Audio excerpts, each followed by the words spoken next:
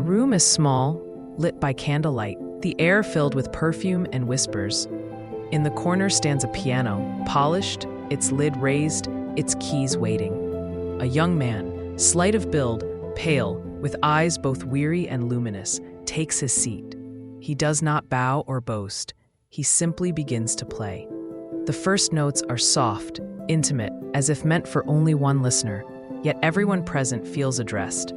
The sound is unlike anything they have heard, fluid, poetic, tender, and suddenly blazing with passion. This is Frédéric Chopin, the poet of the piano, a man who transformed the instrument into a voice capable of expressing longing, joy, sorrow, and hope, often all in the same breath. Chopin was born in 1810 in Zelezowa Wola, a village near Warsaw. His father was French, his mother Polish, and from both he inherited refinement and determination.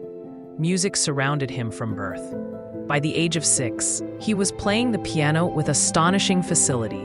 By 7, he was composing dances and polonaises, his small hands already shaping melodies that carried the rhythms of his homeland. Teachers marveled at his gifts, but the family knew genius had to be cultivated carefully. Poland at the time was under foreign rule, politically unstable, but culturally vibrant. In that environment, Chopin grew into a symbol of national pride even before his teenage years. He studied at the Warsaw Conservatory with Józef Elsner, who encouraged him to follow his imagination rather than adhere slavishly to rules.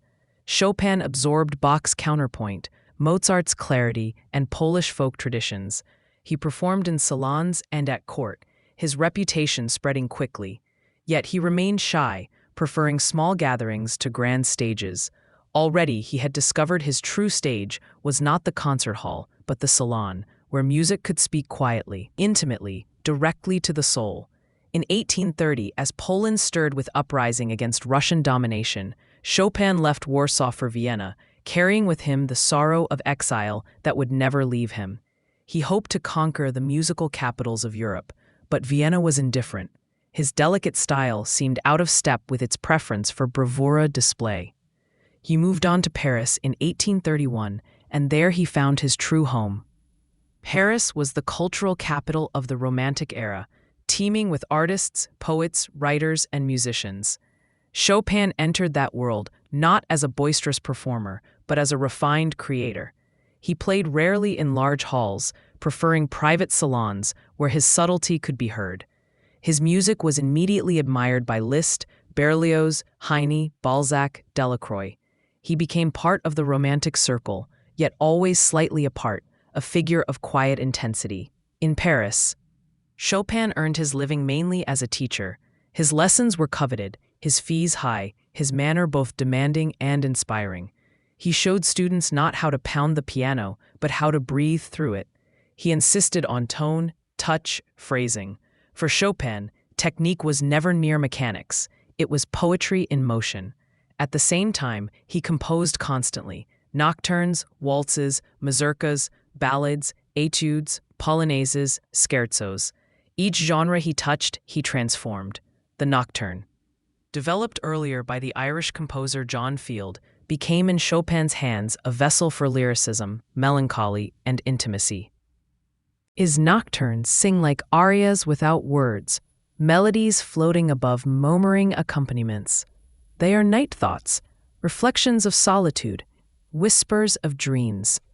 The mazurka, a Polish folk dance, became his means of keeping homeland alive in exile. Each mazurka carries the rhythms of village dances, but filtered through art, colored with nostalgia and invention. To Poles, they were national symbols. To the world, they were windows into a culture's soul. His études redefined what a study could be. Earlier études were drills, exercises for fingers. Chopin's are concert works, dazzling in virtuosity, yet expressive in character. The revolutionary étude, written in 1831 after the fall of Warsaw, is a torrent of fury and defiance, left hand racing in perpetual motion, right hand declaiming like a cry of protest. His waltzes, far removed from Viennese ballroom glitter, are intimate, often tinged with melancholy. miniature worlds of elegance and irony. His polonaises, by contrast, are grand and heroic, embodying Poland's spirit. The polonaise in A-flat major, heroic, thunders with pride, each chord a declaration of identity. Chopin rarely wrote for orchestra, though his two piano concertos are beloved. He was not drawn to symphonies or operas. The piano was his universe, sufficient to contain all his ideas. He expanded its palette, making it sing, sigh, roar, and whisper. He exploited pedal and harmony to create colors unknown before him. His harmonic daring, chromatic shifts, modulations, paved the way for later composers like Wagner and Debussy. Yet his music never loses clarity. Even at its most intricate, the line remains clear, the emotion direct. His personal life was marked by frailty and passion. Physically, he was delicate, plagued by ill health from youth, likely tuberculosis. Emotionally, he was reserved but intense. In 1836, he met the writer George Sand, whose real name was Aurore Dupin. She was strong, independent, older, a celebrated novelist. Their relationship scandalized society, but sustained Chopin for nearly a decade. With her, he spent winters in Paris and summers in her estate at Nohant, where he composed some of his greatest works. She cared for him during illness, provided stability, yet eventually their relationship dissolved amid tensions and disagreements, leaving Chopin isolated. Despite his frailty, Chopin performed occasionally. Audiences who heard him never forgot the sound, delicate, nuanced, expressive beyond description. He did not thunder like Liszt. He caressed, shaped, enchanted. His touch was legendary. Liszt himself, a titan of the keyboard, marveled at Chopin's ability to produce so much with such restraint. He played rarely, partly from shyness, partly from health. Each performance was precious, and his reputation grew not from spectacle but from reverence.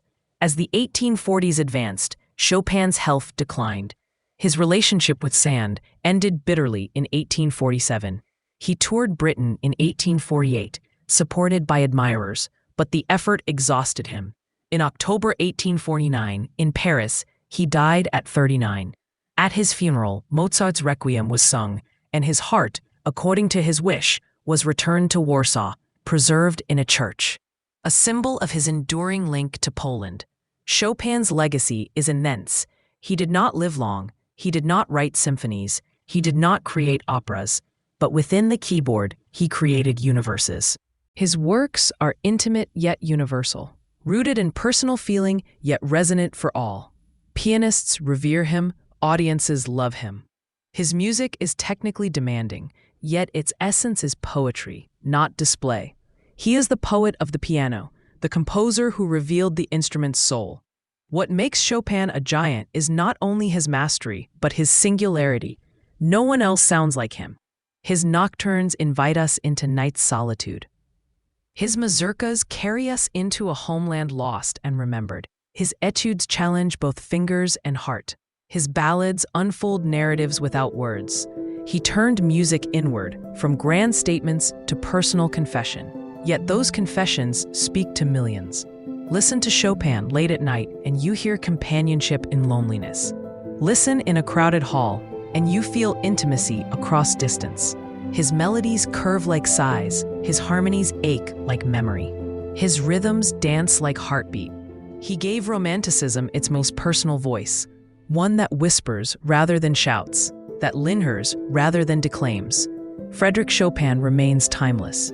Every pianist returns to him. Every listener finds solace in him. He reminds us that music's greatest power is not in grandeur, but in intimacy. Not in thunder, but in tenderness. His piano sings the human heart. Produced by Selenius Media, music by The Artificial Laboratory.